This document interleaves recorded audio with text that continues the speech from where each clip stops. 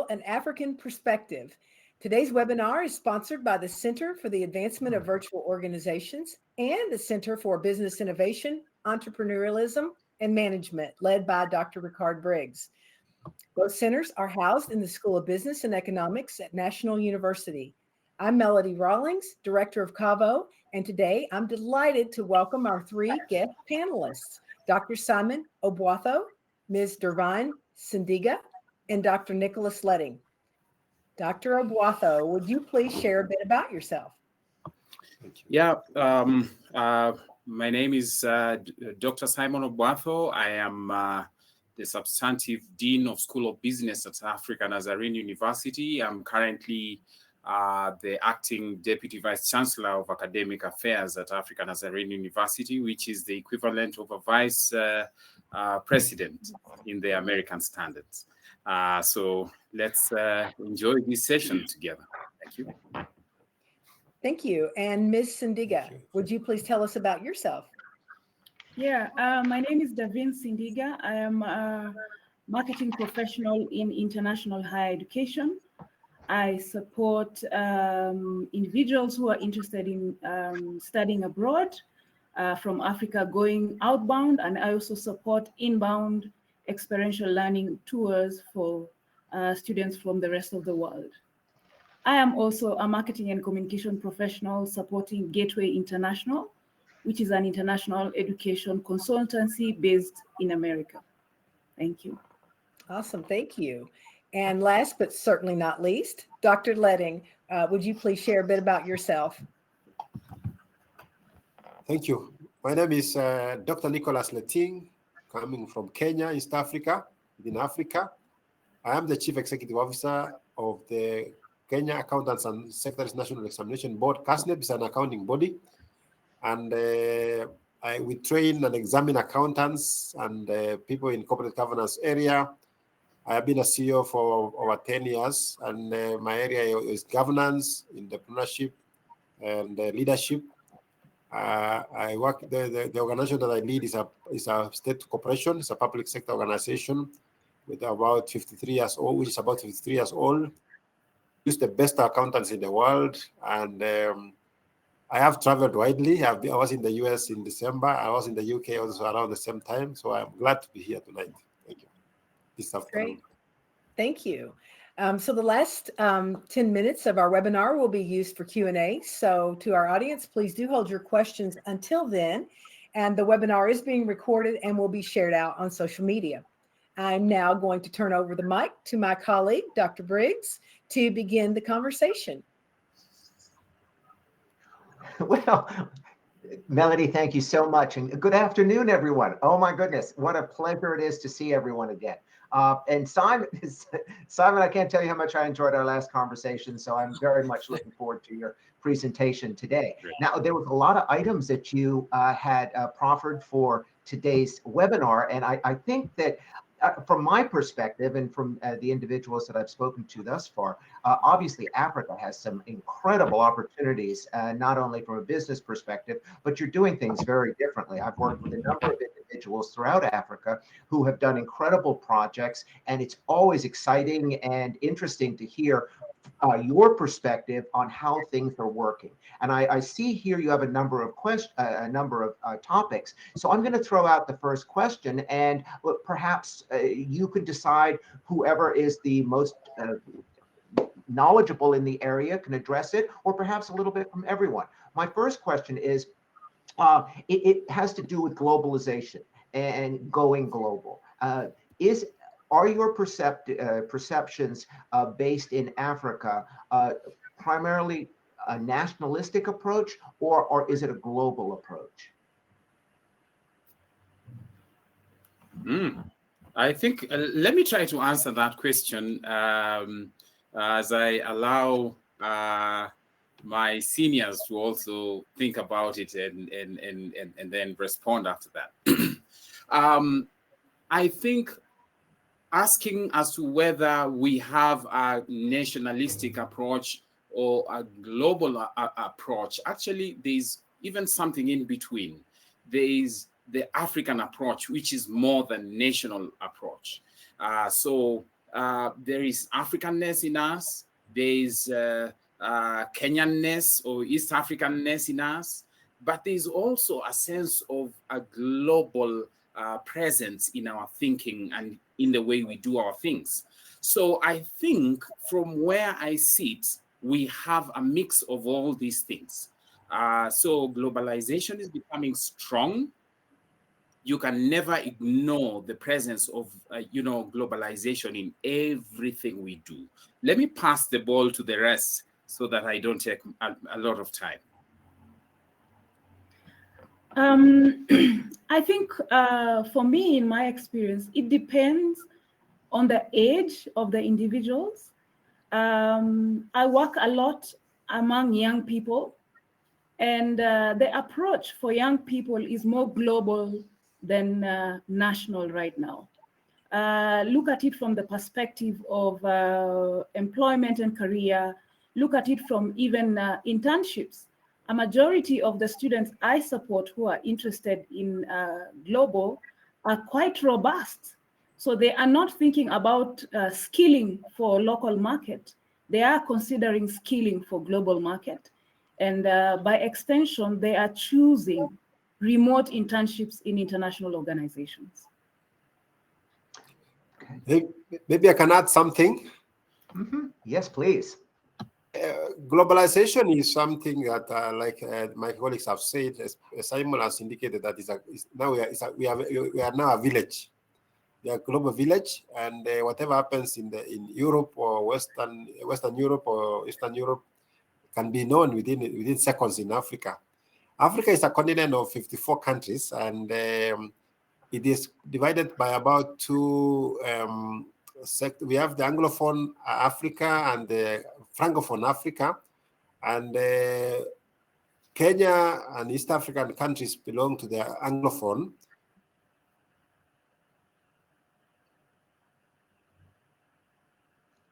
I'm sorry, Nicholas or Dr. Letting. I think you've frozen up there. Yeah. Yeah. So let me add to whatever he's speaking. Probably even as he's coming back, I think probably he's back. But then we have the Anglophone Africa, we have the Francophone Africa. I think we have a bit of some Lusophone Africa. Just a little bit. But then that is actually a separation that, characterizes Africa. So we have Africa that looks up to France as a big brother. And we have the Africa that looks up to the UK and the US as the big brother. Okay. So that again determines our thinking and our global, approach to everything we do. I think Dr. Letting is back. Yes, thank you. Sorry, I think the network is a problem. It's a white country with a great potential. We have about over 1.2 billion people in Africa, endowed with enough resources, and knowledge is growing very fast, both technically and soft skills. And so there's a potential for anyone outside of Africa to see opportunities and grab them in Africa and work with the people who are very skilled at the moment, especially in Kenya, where we come from. Our levels of literacy is very high. Our understanding of international business is very high, and we can interact greatly with anybody. Indeed, we have what is called call centers, where people call in. They have identified Kenya as English-speaking people. Be almost like that, those of the British or the Americans. So it's our language, our English is very clear. Unlike other people, I don't want to mention their countries, but that is the potential that we have in Africa to globalize, particularly in education and knowledge-based sector. And so I believe that for the team in the university, there are a lot of opportunities for people who want to pursue globalization in Africa. Thank you. So my follow-up question to that, and perhaps a lot of individuals, at least it's been my experience, and please correct me if I'm wrong, that Westerners generally lack the appreciation for the additional amount of innovative strategies that Africans have to undertake in order to sustain and maintain their businesses, similar to those in their Western counterparts. Your resources are much more limited, and the type of innovative approaches that you have to take, both for brick and mortar and virtual businesses, far exceed those of Westerners, where we're accustomed to just being able to go out to the corner store and get things. Does that sound right? And could you share some experiences of things that you do differently? Maybe I can try. Yeah, go ahead. Can I go first, Simon? Yeah. Probably what I would say is that, thank you so much, Richard. What I would say is that Africa has innovated quite a number of things. It is perhaps a wrong perception that there's not much innovation. If you recall, I'm sure you know about M-Pesa. M-Pesa is a model which was developed in Kenya about more than 15 years ago. It's a model where you transfer money electronically. And that technology has been exported to very many countries.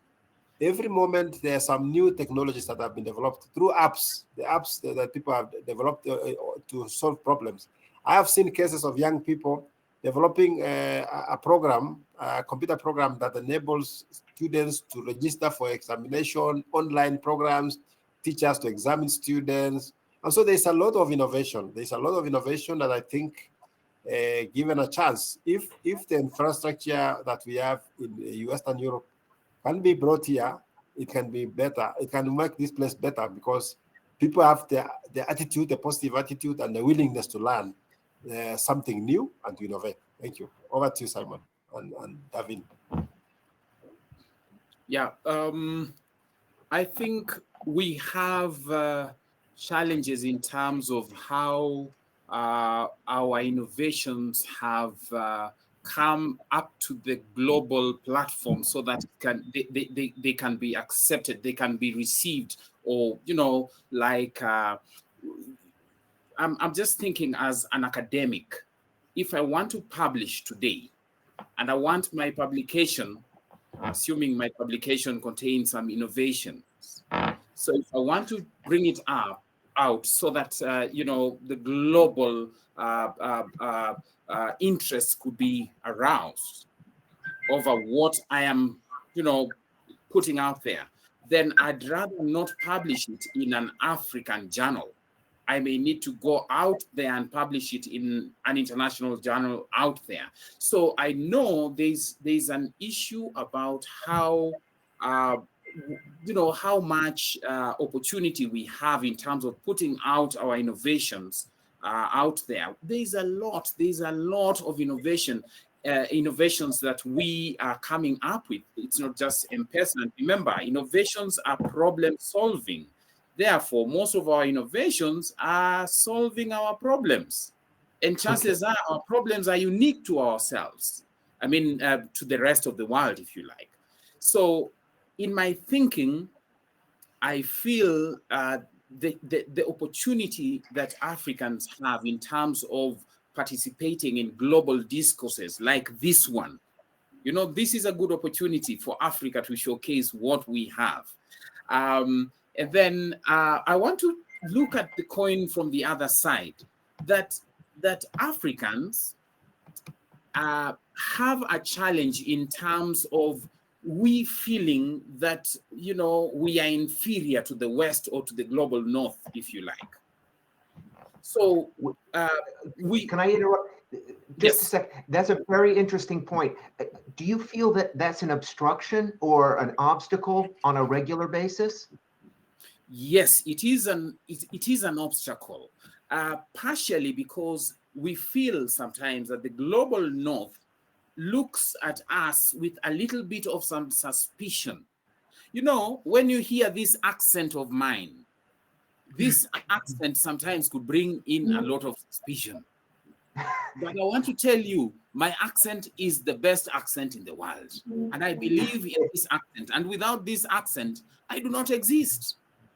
So it is important that the rest of the world, especially the global north, gets to a point of understanding that Africans are defined and characterized by the totality of who we are. Our accents, our biodiversities, our strengths and weaknesses, those are the things that make us who we are. So if we come up with innovations, they need to also get accepted in the global market, if you like. Thank you. If I was to respond to your original question about the ease of if we were transferred into your markets, how would we perform as Africans? I think Africa is a unique marketplace for anybody who's doing business here. And it requires very high levels of innovation and creativity in order to succeed. Because there are a majority of issues that face businessmen, which we solve on a daily basis. For example, the cost of credit. The cost of credit is very high in Africa. The lack of infrastructure. But we have to find a way to get our goods to the market. Issues to do with disposable income and the demand for, or the competing items that are competing for that disposable income. Because we have to provide most of our social amenities, including education and social elements that allow us to survive. So I believe that if an African business person is placed in an environment that has all that infrastructure set up, the sky would be the limit for the African. If I may, and let me proffer this scenario, and perhaps you can expand upon it, agree or disagree. But from a historical standpoint, and the industries that I've worked in, back, I'm going to say 20 years ago, we started working with India, and I saw and heard a lot of the similar obstacles that they were having in working with their Western counterparts. And unfortunately, a lot of it had to do with prejudice and racism based on the accent, the color of their skin, the distance, and the lack of knowledge that Westerners had when it came to working in a collaborative environment globally. Does that sound familiar to Africa? Yes, I think, yes, that is familiar, because it means that whatever perception you had about India could be the same perception that you could be having about Africa. But should you land in Africa today, I don't know whether you have been, Richard, I don't know whether you have been to Kenya, maybe so that I can explain to you something. If you come to Kenya, some of the people that I've worked with, there are companies, global companies that I've worked in, British American Tobacco, among other companies. I've had British and American citizens coming to here. And when they are going back to their home countries, they feel bad. I remember 20 years ago, our former CEO, MD, Managing Director in British American Tobacco, was able to say, he was almost crying, shedding tears, that he was going back to the United Kingdom, where he was to take a train all the way from London to other cities. Yet in Africa, yet in Kenya, he was in a very good weather, climate, very favorable weather and climate. System of communication was okay. So I think there is an issue of perception there. Africa has a good potential where the people now are able to speak English, and I think for anybody coming from the US or from side where Commonwealth countries are, there is a great opportunity where we can explore areas of partnership in knowledge sector, particularly, or even in areas that telecommunication. Every moment we have new people, young people developing new apps, new technologies that can be applied in any sector, whether in the motor sector, the insurance sector, the risk sector, the monetary sector. So the issue that you had in India may have been perception, and you could be having similar perception about Africa. But my own experience, having served now for the last 25 years in industry, has shown me that I've traveled. I told you last December, I was in America and the UK. I was in Singapore. I was in Central Africa the other day. And what I've seen is that there's a lot of difference. It's a wrong perception. If you ask me about America, I might be knowing almost every city in America. But if I ask an American about Africa or Nairobi, they may not be so much aware because they may not be interested. For us in Africa, we learn a lot of history and geography. So we know about those places. And so when you get somebody from Kenya, somebody from US coming here, they think Africa is a small country or a city. Yet Africa is huge. It has of 1.1 billion people, 54 city governments, and a lot of peace, except a few areas here and there, but which are normal. The whole of Africa has a potential for investments and global expansion from America, for example. Thank you. Yeah. If I may add to that kindly. Please. Let me say, when you speak about perceptions, let me give you an example. I was somewhere in Idaho, in Nampa. Yes. I walked into this store, and just going in, and I had someone shouting from the other end, "Hey, excuse me, can I help you?" I wondered, why are you shouting?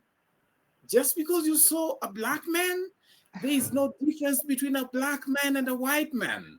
Yes. We only are cultured differently. We think differently. And let me just say, what you generalize as accent is not just about how you produce the words and the sentences. It's about vocabulary. It's about the anatomy of speech. It's about how, like some speak through the noses and some speak through the mouths.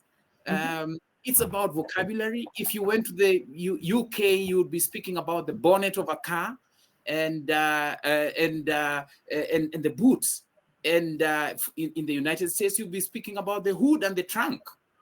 You'll be speaking about biscuits. We'll be speaking about biscuits. You'll be speaking about cookies. I mean, it is just about choice of words. But the most important, accent is a package of culture. And that is what the rest of the world, especially the global north, especially an American who does not understand that they also have an accent. American thinks, and not a nice one. Who said Americans do not have accents? You people have accents just like we do. And let me just explain something. Even the birds from Africa of the same species sing differently from birds of the same species from the United States. Do they? Did you? Yes, they sing differently. He was pausing for us. Very good. Even cows, the sounds they produce are different. The same species of animals will have different accents. Even birds and dogs, they bark with different accents. So what I'd like to emphasize, accents are a God-given way of creating characteristics and creating uniqueness around the world. And we should embrace that. And let me just speak also about Africa. Just a little bit about Africa. Africa is the most centrally located continent in the world. Most centrally located continent. Meaning if you drew the world, if you spread the map of the world, Africa will be somewhere right at the middle. In fact, Africa is where the prime meridian crosses the equator. So one thing you should know is that we are centrally located. We have the richest biodiversities and lingua diversities in the world. Africa has 3,000 languages plus, and they're about the same number of sub-languages that we don't even count. So, Africa is yes, go ahead. Let me ask you a question. Yes, go ahead. I agree with everything that you say, and I love it. And personally, I'm drawn towards different accents. If I hear a different accent in a room, that's where I'm going. Yeah. because that's someone new, that's someone exciting, and that's who I want to talk to. I don't want the same old status quo every day. So, but here's my question: Africa. Yep.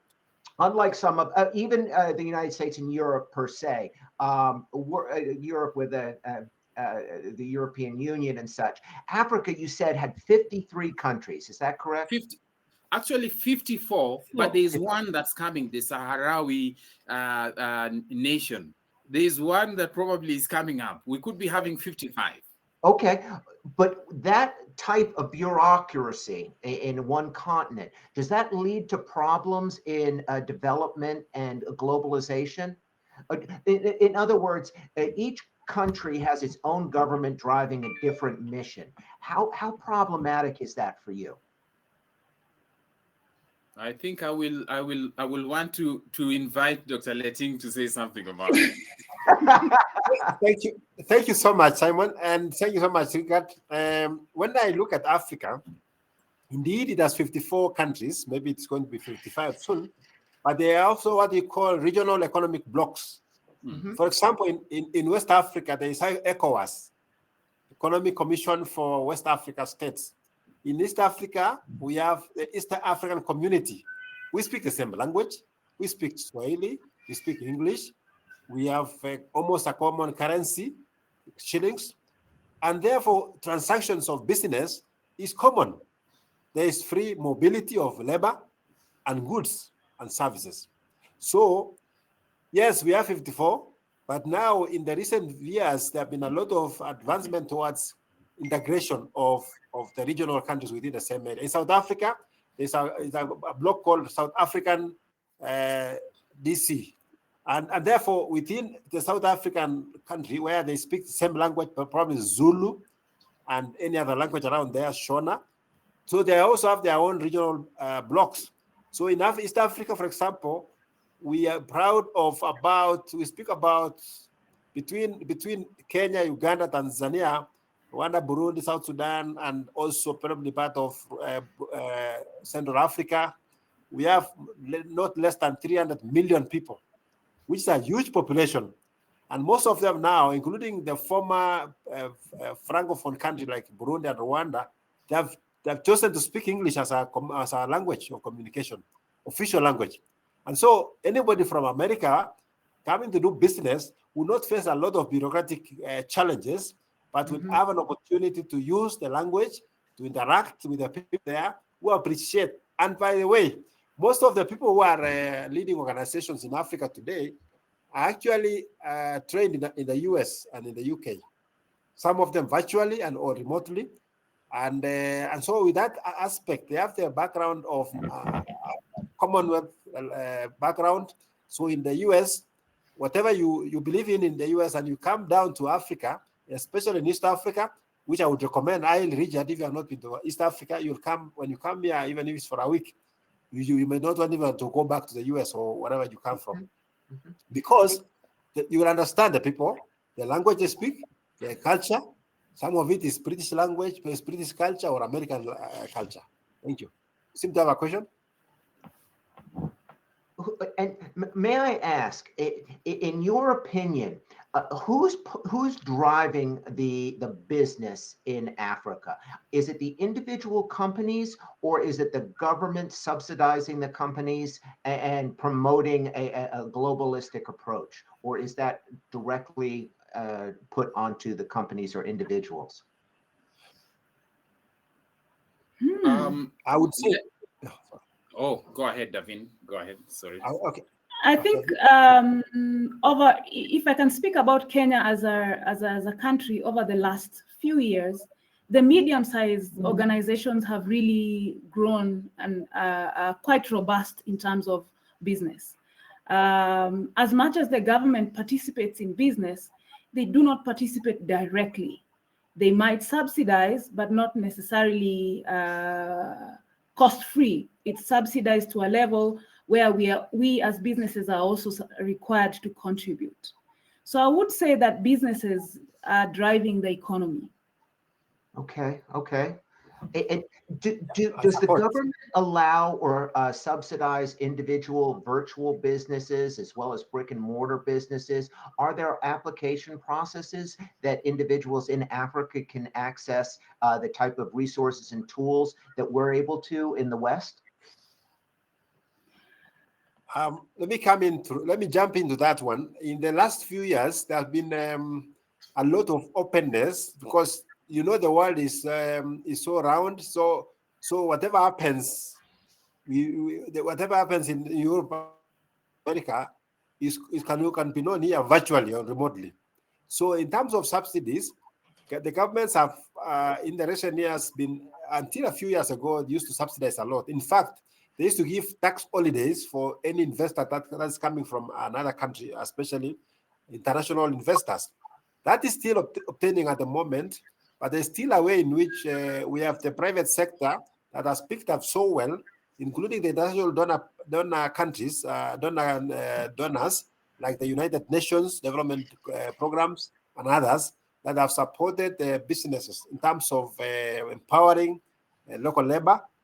But in terms of subsidy, I would say there's a lot of change. For example, the government of Kenya has withdrawn some of the subsidies it has been given even to the local people on food and fuel. But I think that is a short-term measure which they have decided to do it.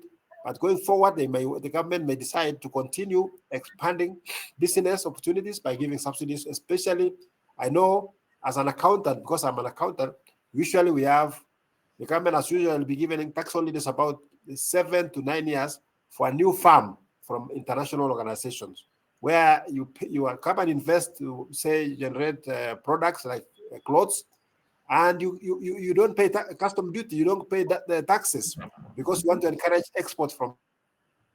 So with the raw materials that you may get from Africa or you may import from other places, you just come manufacture from here and export back to other countries at a good price without necessarily having to be charged tax. Thank you.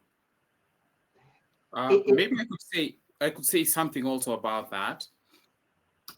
Although we can speak about subsidies, and subsidies have a lot of advantages in terms of motivating business growth. But remember, there are also the downside aspects of subsidies, including creating sometimes shortages in other places, creating an even playing field. Sometimes it's even very difficult to measure success because the government is subsidizing here, so you don't even know whether you're succeeding because you are doing well and competing in an even capitalistic environment, or if you're succeeding just because of the subsidies that you're receiving. And as soon as they are withdrawn, then you realize businesses begin to collapse because they were not operating on that, playing field that is the standard, if you like. And let me say, let me just extend that thought, and I will use a very different analogy very briefly. Africa has received a lot of aid. And I look at aid and subsidies to be very similar in some ways. And if you are aware, you know about the poverty industry. Poverty industry, like you're receiving aid. I'll just give you an example of what happened in Haiti, where there were eggs that came from, I think, the United States, and they went to Haiti, like trying to, assist the poor over there. And at the end of the day, when those, lines of assistance were withdrawn, they discovered that the poultry farming was actually dead. I'm sorry, run that by me again. How'd that happen? Yeah, so that by the time they stopped bringing in the aid in terms of supplying them with the eggs, yeah, they discovered that poultry farming and egg production within Haiti was actually dead. Oh, okay. There was no, because they had killed. I wouldn't want to say, and I'm not very sure of the bits of information there, but I'm just giving that as a classical example where Sure. you could receive aid and it actually kills local sectors and productivity and innovation. Yes, so that's what I would say. And that's a very good example. And my question is, at this point, Africa, you're participating in events on a Western level. Are you seeing more Westerners and Europeans coming to Africa to establish their businesses and conduct business in Africa? And what reasons would they do that for? Let me answer that again. I think I'm seeing quite a movement, not just into Africa, but a movement across. I'm seeing, actually in higher education, I am noticing that there is a lot of interest in Africa.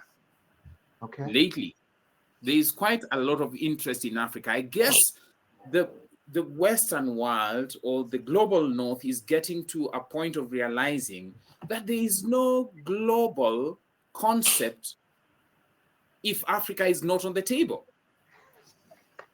Absolutely. Yeah, so Africa has to be on that table. Yeah.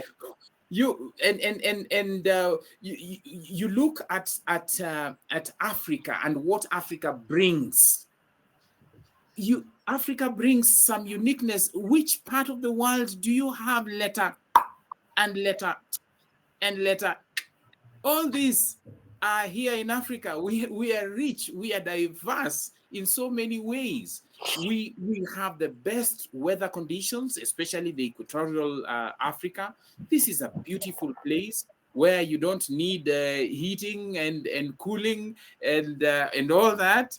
You just live. We do not have air conditioners. We are just enjoying ourselves. We're just having fun. It's a nice place. So you realize there's a movement of people coming into Africa, quite some serious movement. In higher education, I'll tell you, there is a huge movement. In fact, I am even tempted to say we can't even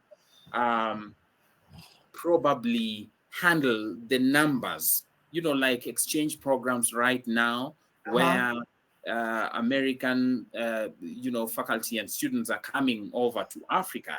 It's quite huge. Even if we were to take our students over there, and with the current situation, because again, we have very, very tough rules, immigration rules. So it's not easy for Africans to travel to the United States. There's quite a little bit of some imbalance. But then I see still a movement of businesses coming into Africa.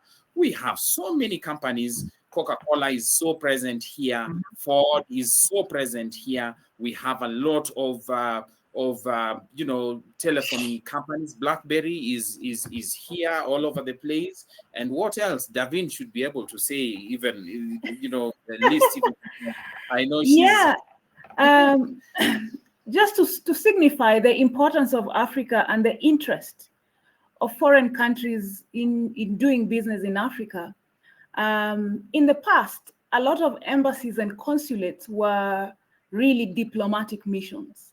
But today, all embassies and consulates have a commercial and a business section, which is dedicated to supporting interests of individuals or companies who are wanting to trade within Kenya or within Africa.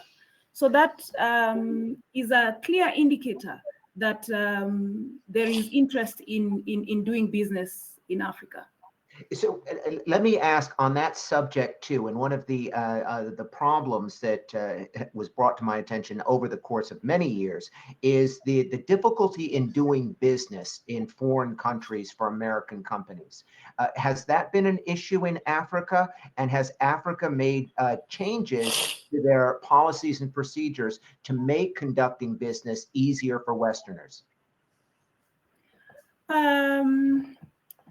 I think there are a variety of variables that would make doing business in Africa tough. Hence, the conversation about Africa being unique and the requirement for innovation to work around the challenges.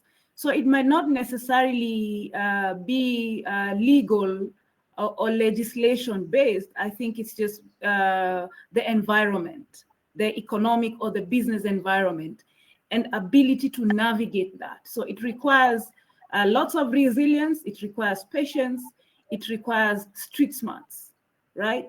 For you to be able to kind of integrate and make sustainable income.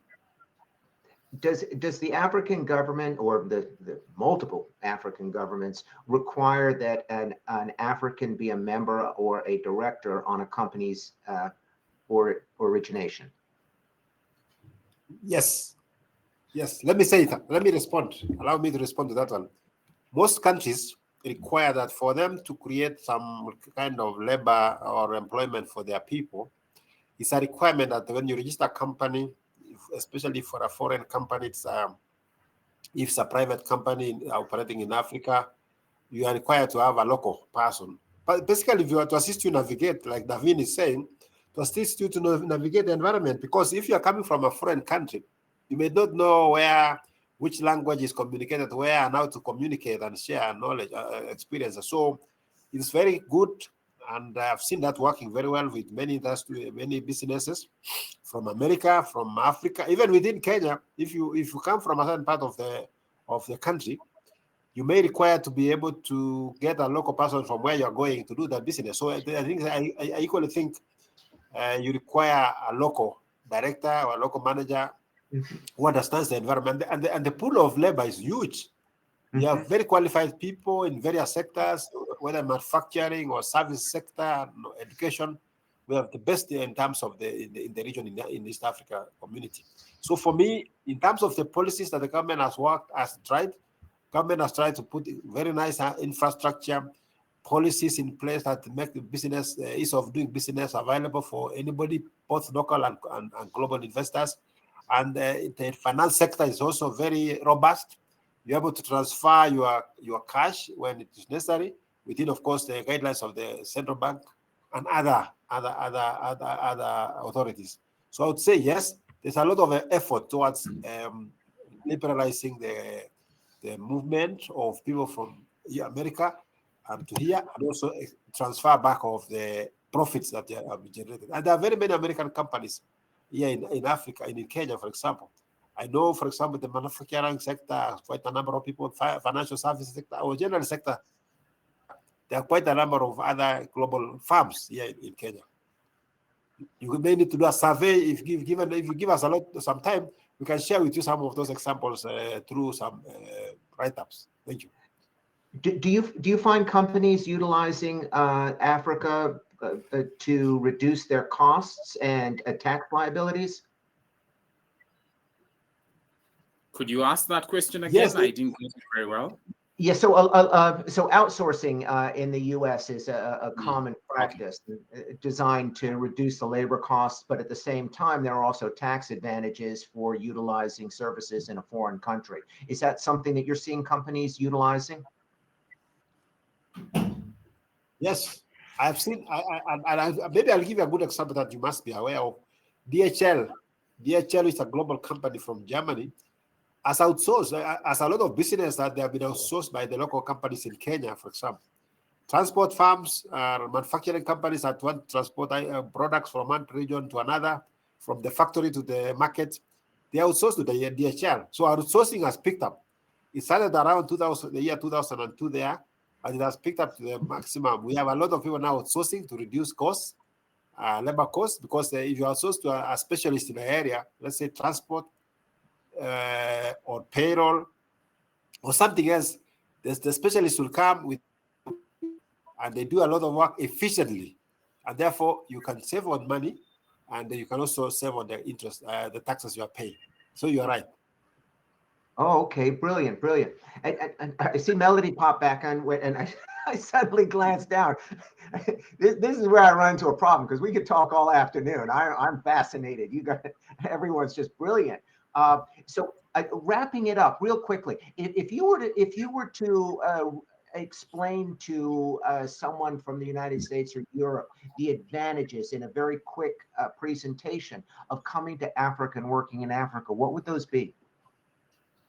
Okay, let me try to take that very quickly. Let me start, first of all, by saying that Africa has a complexion of factors that drive business success and those that hinder business success. But that generally, our population and our age, in terms of majority of the people are actually Africa is a young population. So labor is available in Africa. Another thing, the fact that we have a lingua diversity, a huge lingua diversity, makes us very easy people to learn new languages. Here in Africa, it's difficult to find someone who doesn't speak at least 3 languages. For some of us, we speak much more than 3 languages. So I know those are strong points. And then Africans are people who are very open to learning.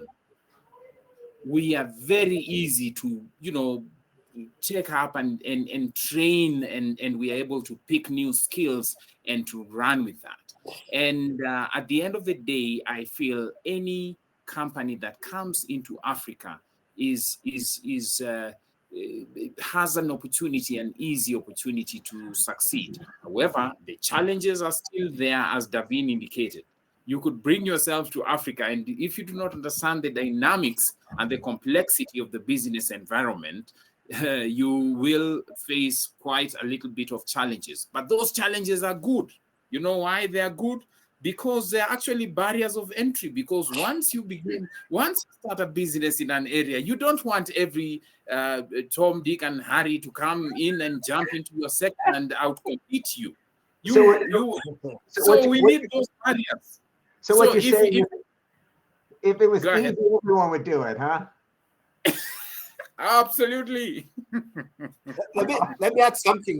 One of the other additional benefits is that Africa, especially in Kenya today, East Africa, there's investment in technology. So in terms of communication, you can see we are communicating from here to the US.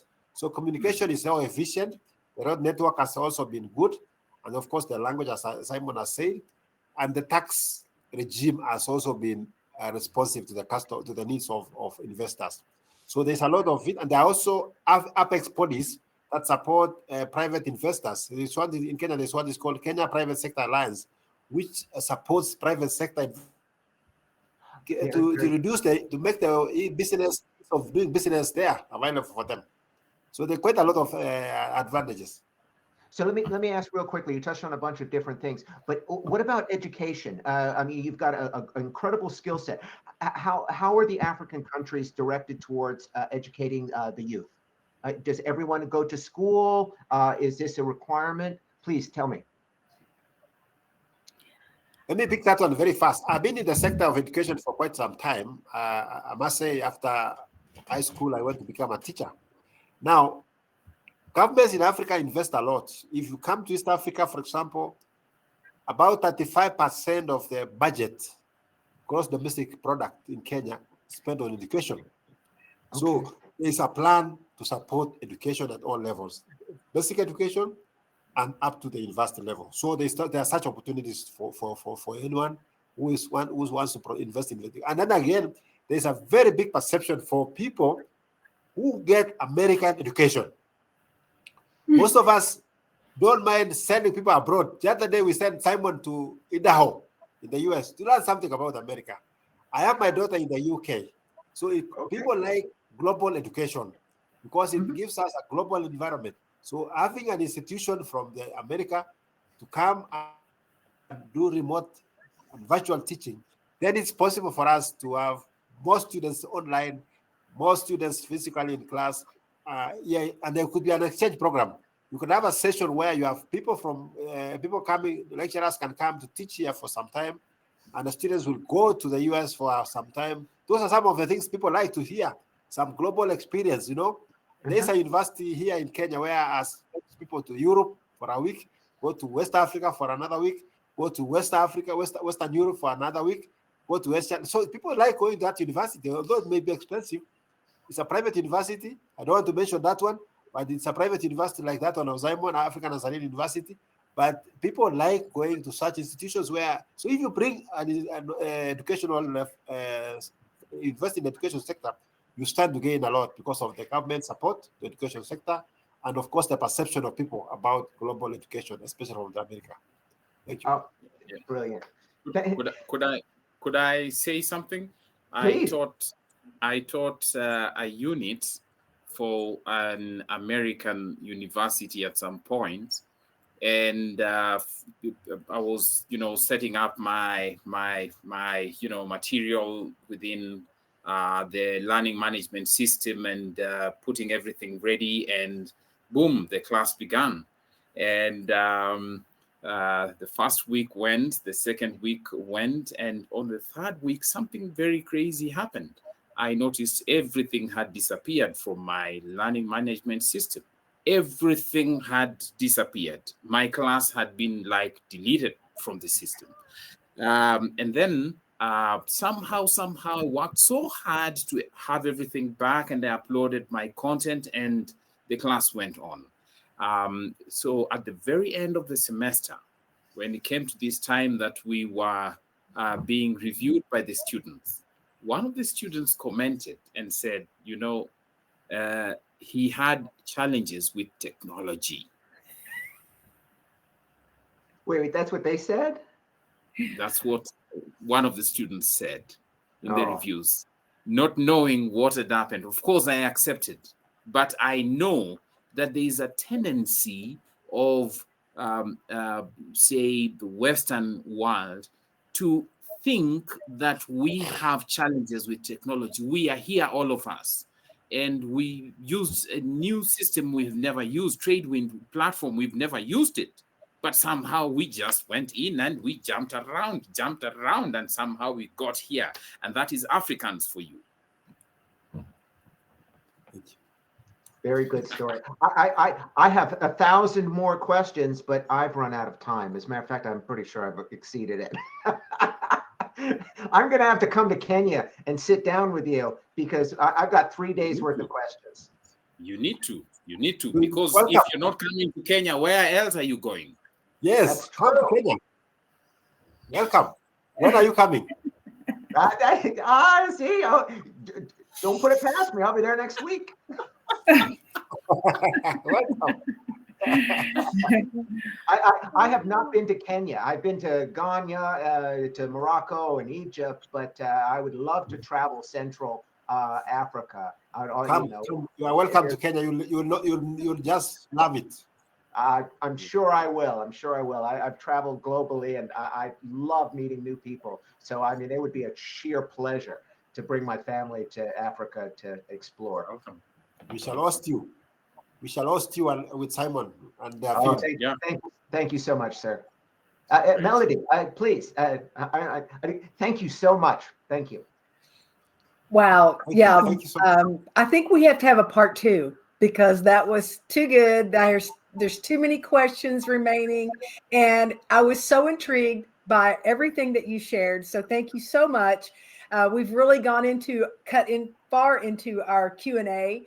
We have time for maybe just a few questions. If anyone in the audience would like to put your question into the chat, I will make sure they go to our speakers, or if you have a specific 97 here. Should I type them in? I think that's where part 2 comes in, Rick. All right. Let's give somebody else a chance, but those were great questions. Really enjoyed it. Oh my goodness. So audience, please, if you have any questions, please type them into the chat. So sorry that we cut into the Q&A time, but at the same time, it was such great information. It's hard to stop. And I hope that everyone has, and I'm sure that everyone has enjoyed that too. So here's a question: with all the exciting things going on in Africa, what do you foresee as the trajectory for the future for business, education, and so forth? Let me take that very quickly. Africa is on its way to a better future. And if you ask me, I'll tell you there are 4 things that Africa needs to focus into. Number 1, Africa needs to industrialize. Number 2, Africa needs to focus even more on internet and digitization. Number 3, Africa needs to focus on international trade and entrepreneurship. And number 4, that I feel is even more important than the first 3, is that Africa needs to focus on African unity so that Africa can speak in one voice. So looking at the question, I know I have a little bit digressed from the mood of that question, but that is what I see governments of Africa, focusing into, because that's the only way we can have growth in Africa. Because right now the focus is growth of Africa. So even businesses that are focusing within those areas that have been pointed, and even education that is focused on those areas, I feel that is going to be the areas to, look at, those 4 areas. Thank you. So here's another question someone has brought up, and they were asking about China's investment, to expound on China's investment in Africa and what does that mean for global business opportunities there? Okay, let me take that one up. China has invaded the whole world, actually, I'm sure. The other day I was seeing that they are also using in America. There was some up there, something. So so it is everywhere in Africa. So, but I think there's a change of thought process by African leaders. And I have seen that Kenya, our new president, has decided to now look at West other than looking at the eastern side. So there is likelihood that China will slow down its operations in Africa and maybe especially in Kenya.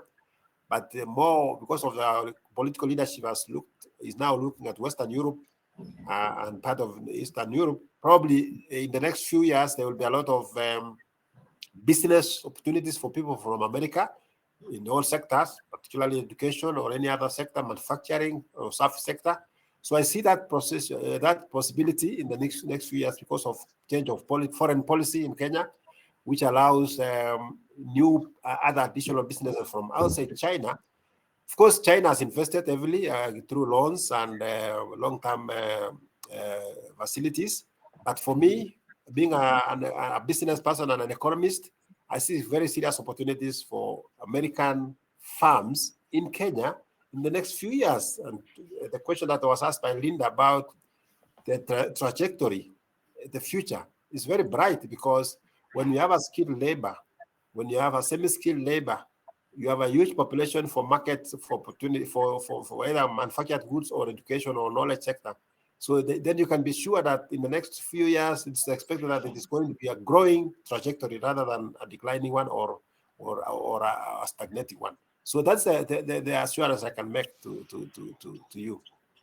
And if I may add to the conversation about trajectory, we as Africans have now come to the realization that we have resources, and we are now an educated population with capability and skills. So the only other option that we have is to figure out how we can harness those resources for ourselves. So I know there's going to be a lot of adjustments globally on how Africa does business, how Africa secures her resources, and how Africa decides to integrate and interact with the rest of the world. Indeed. Yeah, let me add something, just very little. Speaking about resources, you're getting me fired. Like Africa we are the richest continent in terms of endowment with natural resources. Let me make you understand.